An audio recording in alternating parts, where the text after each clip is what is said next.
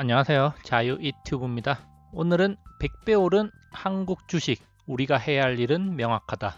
당신의 부의 그릇은 안녕한가라는 제목으로 이야기를 한번 해볼까 합니다.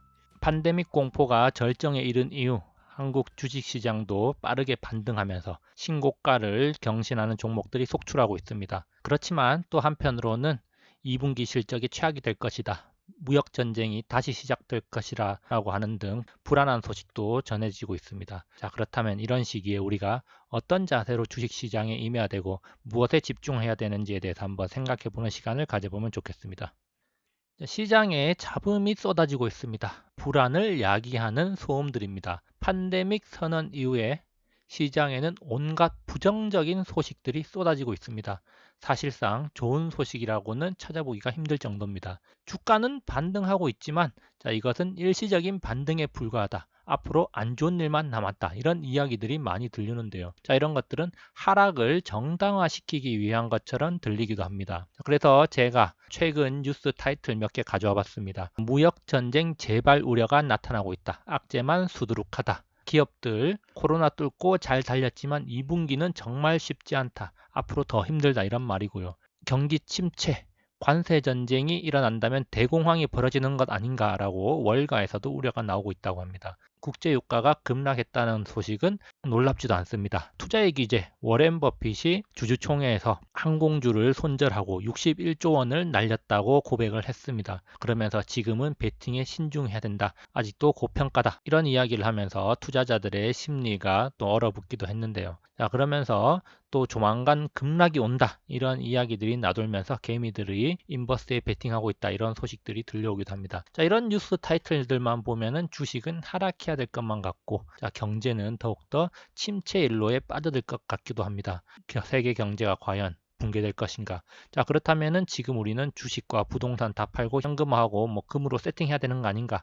자, 이런 생각을 해야 될 수도 있는데요. 과연 세계 경제가 진짜 침몰할 것인가, 완전히 망가질 것인가, 시간이 지나봐야 알겠죠. 숱한 위기에도 불구하고 한국에도 100배 이상 오른 주식들이 찾아보면 많이 있을 겁니다. 자, 누구나 다 알만한 기업을 오늘 한번 소개를 해 보겠습니다. 누구나 다 알만한 기업, 대기업이란 말입니다. 자, 지금 생각해보면 그래, 그때 이걸 샀어야 했어 라고 생각할 수도 있습니다. 자, 그런 생각이 결코 어려운 것이 아닙니다. 누구나 다 살 걸, 샀으면 좋았을 거리라고 생각은 할 수가 있다는 겁니다. 어찌 보면 아주 쉽고 단순하고 우리 주변에 항상 있던 겁니다. 자, 물론 그렇게 하지 못한 사람들은 관심이 없었기 때문일 수도 있고 또는 끈기가 부족했기 때문일 수도 있습니다. 또 그렇지 않다면 불안을 잘 다스리지 못했기 때문일 수도 있습니다. 자, 그렇다면은 그 100배 오른 주식이 뭘까 한번 보겠습니다. 자, 바로 네이버입니다. 역시라는 탄식이 나올 수도 있겠는데요.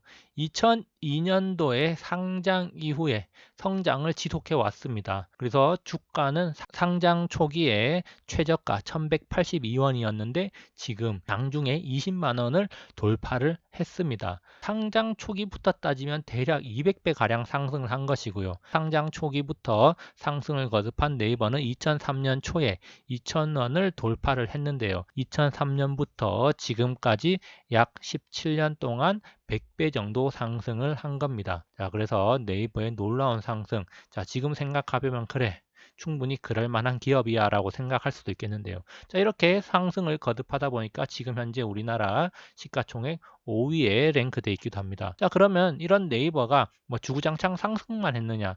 자, 여기 보시면은 2008년 금융위기 때는 반토막 이상 주가가 하락한 거 보이고요. 그리고 2013년도에 급등했다가 또 곧바로 약 2년 동안 하락하면서 반토막 가까이 났고요. 그리고 최근에도 2017년부터 2019년 초까지 반토막 정도 하락을 했습니다. 그러다가 2019년부터 가파르게 올랐고 최근에 팬데믹 공포로 인해서 급락을 했다가 다시 반등하면서 신고가 20만 원을 세운 그런 모습입니다. 중간중간에 여러 우여곡절이 있었지만 어쨌든 길게 본다면은 100배 이상 상승한 종목이다 이렇게 볼 수가 있겠습니다. 또 하나 더 살펴보면 뭐 유명합니다. 셀트리온이죠. 바로 놀라운 상승률을 보여줬고 미래 산업의 대표 주자로 불리고 있기도 합니다. 셀트리온의 서정진 회장은 이런 셀트리온의 놀라운 상승에 힘입어서 우리나라 부자 2위에 랭크되어 있기도 합니다. 이건희 회장 다음으로 많은 돈을 가진 사람이 바로 서정진 회장입니다. 셀트리온은 네이버보다 더 늦게 2008년 이후부터 따져본다면 최고 150배까지 상승을 했습니다. 자, 지금은 100배 수준의 상승률을 보이고 있는데요.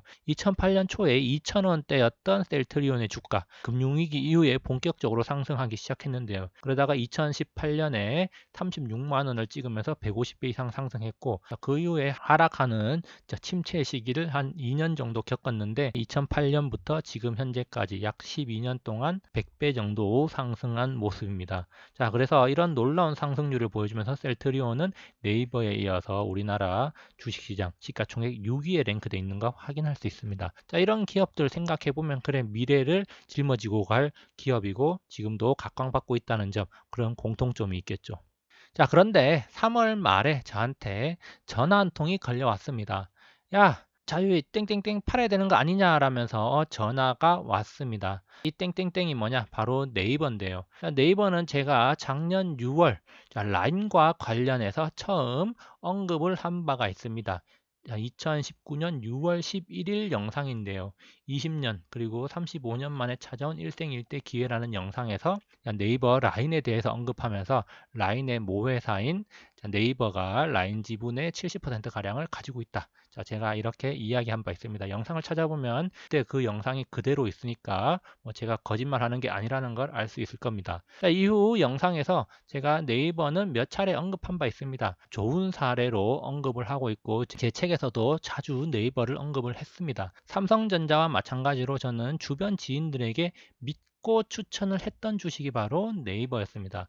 지금도 추천하는이 아니라 추천했던 주식이라는 점 감안해서 들으셔야 됩니다. 자, 그런데 이번 3월 폭락이 정점을 막 지난 어느 날 저한테 전화가 한 통 걸려왔습니다. 야, 네이버 더 떨어질 것 같은데 지금이라도 팔아야 되는 거 아니냐? 자, 그 목소리는 지금 빨리 팔아라고 말해. 팔아야 된다고 말해 달라는 그런 목소리였습니다. 자, 그래서 제가 뭐라고 했느냐? 전화 끊어라. 판다는 소리 하려거든 전화하지 마라라고 이야기를 했습니다. 그러면서 네이버는 무조건 언제까지 몇 년 들고 가는 거라고 했지. 자, 그렇게 한다고 했으면서 왜 자꾸 귀찮게 그러느냐? 팔든지 말든지 알아서 해라. 주식 매매 이야기 하려거든 다시는 전화하지 마라. 그러면서 제가 전화를 끊었습니다.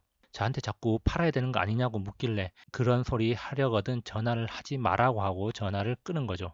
그러면은 우리가 한번 생각해 봐야 됩니다. 그러면은 저의 그 지인이 왜 전화를 했던 것일까? 무엇이 문제였나? 과연 네이버라는 이 회사의 문제였을까? 그것을 한번 생각을 해 봐야 되는데요. 문제는 바로 흔들리는 당신의 마음입니다. 문제는 네이버라는 기업이 아니라 바로 마음의 문제라는 것 우리가 주목을 해야 됩니다. 점점 더 커지는 불안감이었겠죠.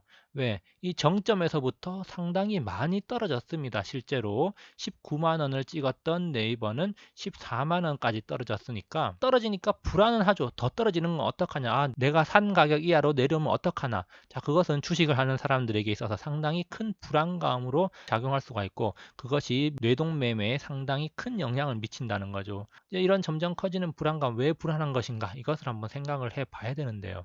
자, 이렇게 떨어지는 주가가 투자자들의 마음을 불안하게 만들었을 겁니다. 자, 그리고 이렇게 주가가 떨어지니까 불안을 이야기하는 온갖 소음들이 귀에 들리기 시작하는 거죠. 경제가 망한다, 더 이상 회복되려면 몇 년이 걸린다, 뭐 그런 소리들이 들리는 겁니다. 자, 그러면 그런 소리들의 마음이 흔들리는 이유가 뭐냐? 바로 원칙의 부재라고 할 수가 있습니다. 내가 이 기업에 투자할 때 무엇을 보고 투자할 것인가, 언제, 어떻게 투자할 것인가, 그런 원칙이 명확하지 않기 때문에 떨어지는 주가, 그리고 불안을 이야기하는 온갖 소음에 휘둘려서 원칙이 사라져버리고 원칙이 희석돼 버리는 거죠. 원칙이 부재하고 온갖 소음에 가려진 신호를 제대로 보지 못하고 소음에 경도돼서 결국에는 팔아치우고 시장을 떠나버리는 거죠. 그러면은 팔고 나면 그때부터 주가는 이제 오르고 뭐 그런 현상이 자주 반복됩니다. 물론 이런 폭락장에서 뿐만 아니라 자주 일어나는 일이죠. 자, 소음에 가려졌던 신호를 보지 못하는 이유는 바로 불안함이 눈앞을 가리기 때문이다. 이렇게 생각을 할 수가 있습니다. 자, 어쨌든 문제는 기업의 문제가 아니라 흔들리는 당신의 마음이라는 거죠. 자, 그러면은 원칙이 있는 자와 없는 자는 어떻게 다른가? 이것을 한번 또 생각을 해볼 필요가 있는데요. 자, 제가 방송에서 종목 언급을 잘 안 합니다. 그렇지만 아주 가끔씩 종목을 언급할 때가 있기도 했는데요. 자, 드물게 방송에서 직접 언급했고 제 책에서도 사례를 언급했던 신일산업입니다. 자, 최근에 신일산업은 회사 이름을 신일전자로 바꿨다는 점 염두에 두시고요. 자, 그러면서 쉬운 투자의 사례로 5월 말까지 들고 가면 된다고 제가 이야기를 했습니다. 그러면서 여러 가지 이유를 설명을 해 줬는데요. 9월 30일 방송에서 처음 언급을 했습니다. 자, 내년 5월 말까지 들고 가면 수익이 날 것이다. 자, 그래서 주가가 막 이렇게 진짜 상승을 합니다. 자, 그러면 이렇게 상승하는 주가를 보면서 사람들이 사기 시작하는 겁니다. 진짜 맞네. 5월까지 들고 가볼까? 이렇게 생각을 해요. 막 사기 시작합니다. 자, 그런데 이번에 팬데믹 공포로 인해서 주가가 2,000원에서 반토막이 나버렸습니다. 한 달도 안 돼서 주가가 반토막이 나버렸죠. 자, 그러면 이제 여기서 많은 고민을 하게 됩니다. 야, 이거 괜히 누구 말 듣고 샀다가 지금 반토막 나가지고 돈만 날렸네. 그러면서 욕을 많이 했겠죠. 자, 구독자도 많이 떨어져 나갔습니다. 그런데 자, 여기서 이제 고민을 하는 거죠. 이제 반토막 났을 때, 자, 여기서 더 사야 되나 팔아야 되나 고민을 하는 겁니다. 자, 누군가에게는 이 지점이 반토막 난 지점이고 여기서 산 사람들이겠죠. 근데 누군가에게는 한 달 전 가격하고 비교해 보면 반값 세일을 하고 있는 가격입니다. 자, 여기서 어떤 판단을 해야 될까요? 결국에는 기준, 원칙의 문제라는 거죠. 불안에 떨고 있는 사람들이 과연 이 지점에서 살 수 있을까? 자, 이 지점에서 오히려 팔았을 가능성이 높습니다. 그렇지만 불안에 떨지 않고 원칙을 가지고 5월까지 들고 간다. 무조건 실적이 좋아질 걸로 예상이 된다. 자, 이렇게 생각을 했던 사람이라면 과감하게 자, 지금은 할인 기간이다라고 하면서 매수를 단행을 했겠죠. 불안을 떨쳐내고 자신만의 신념, 원칙을 지킨 사람이라면 기회라고 판단하고 세일 가격에 주어 담았을 거란 말입니다. 자, 그러면 주가는 어떻게 되었는가? 자, 결과는 여기에 나와 있습니다. 그 이후 반토막 반값 세일을 한 이후에 한 달 정도 만에 주가는 지금 다시 원상 복귀를 넘어서서 아마도 2,000원 고점에 샀던 사람들도 수익권에 가 있을 거란 말입니다. 불안에 사로잡힌 투자자들은 매도 손절을 했을 가능성이 높습니다. 왜? 어디까지 떨어질지 모르고 이 사태가 어떻게 해결될지 모르고 투자의 원칙이 없기 때문에 온갖 소음에 휘둘린다는 겁니다. 그렇지만 원칙과 기준이 확고한 투자자들은 기회로 생각하고 반값 할인 기회라고 생각을 하고 추매를 하거나 아니면 새롭게 자금을 투입을 했을 가능성이 높다는 거죠. 반값 할인이네 줍줍하자 이런 마인드입니다.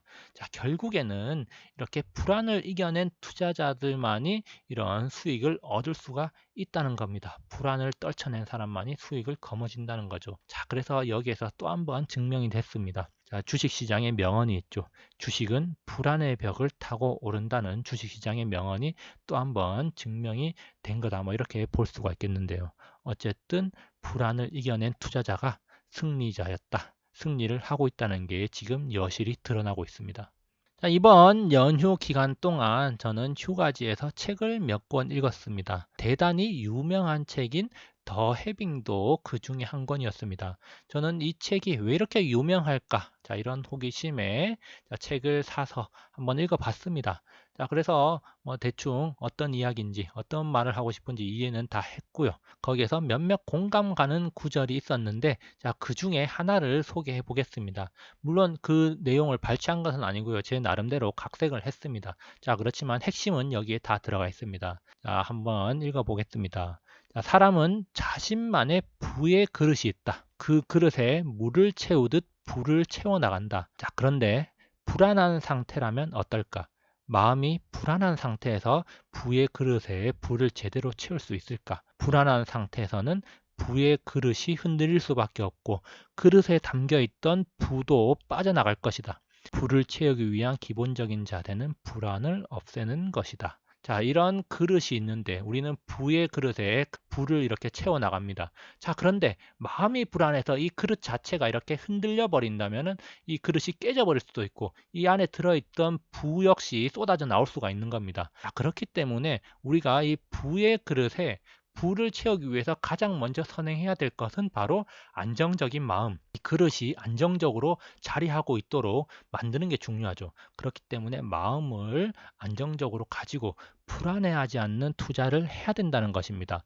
불안하다면 있던 부도 빠져나갈 수밖에 없습니다. 결론입니다. 자, 당신은 왜 불안해하고 있는가? 투자를 하고서 불안하다면 투자를 잘못하고 있는 것입니다. 당장 불안을 제거하십시오. 탐욕은 불안을 야기할 때가 많습니다. 그렇기 때문에 탐욕은 실패, 손실로 귀결되는 경우가 많죠. 불안의 싹을 자르기 위해서는 믿을 만한 기업, 올바른 투자를 하면 됩니다. 자, 이렇게 부의 그릇을 차곡차곡 채워나가야지 이런 불안한 마음으로 투자를 하다가는 자, 있던 부도 다 쏟아져 버릴 겁니다. 단타 매매, 테마 급등주 투자를 하는 사람들이 부쩍 늘어났습니다. 자, 제 주변에도 그런 사람들이 많이 보이고 저한테 고민을 털어놓는 사람들까지 있습니다. 자, 그렇다면 아래 질문에 답해 보십시오. 투자를 한 그 기업에 대한 믿음이 있는가? 그 기업에 투자하면서 불안한 마음이 드는가? 자, 여기에 대해서 한번 질문을 해보고 자신의 투자 포지션을 정하면 좋을 것 같습니다. 정답은 결코 먼 곳에 있는 것이 아닙니다.